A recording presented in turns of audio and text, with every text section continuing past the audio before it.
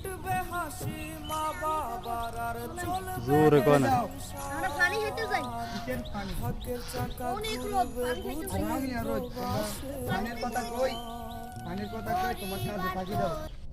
ওই দেখো আমার ছাগল আছে, গরু আছে, তোমার গরু ঘাস খাওয়াও, তোমাদের কাম দিছে আমি এক সপ্তাহ হয়েছে আমার খেত কোনো পরিষ্কার না। এই খেতের আমি কদিন পরে আলির উপর লাগবো, তোমরা কোনো কাম বেরোনো, খেত কোনো পরিষ্কার না। খেতের কি অবস্থা তোমরা দেখছো? কালকের ভিতরে পরিষ্কার হয়ে যাবে আরামে কালকে প্রতিদিন হাজির তো নিতে পারো, কামের কোনো আগা নাই মাথা নাই।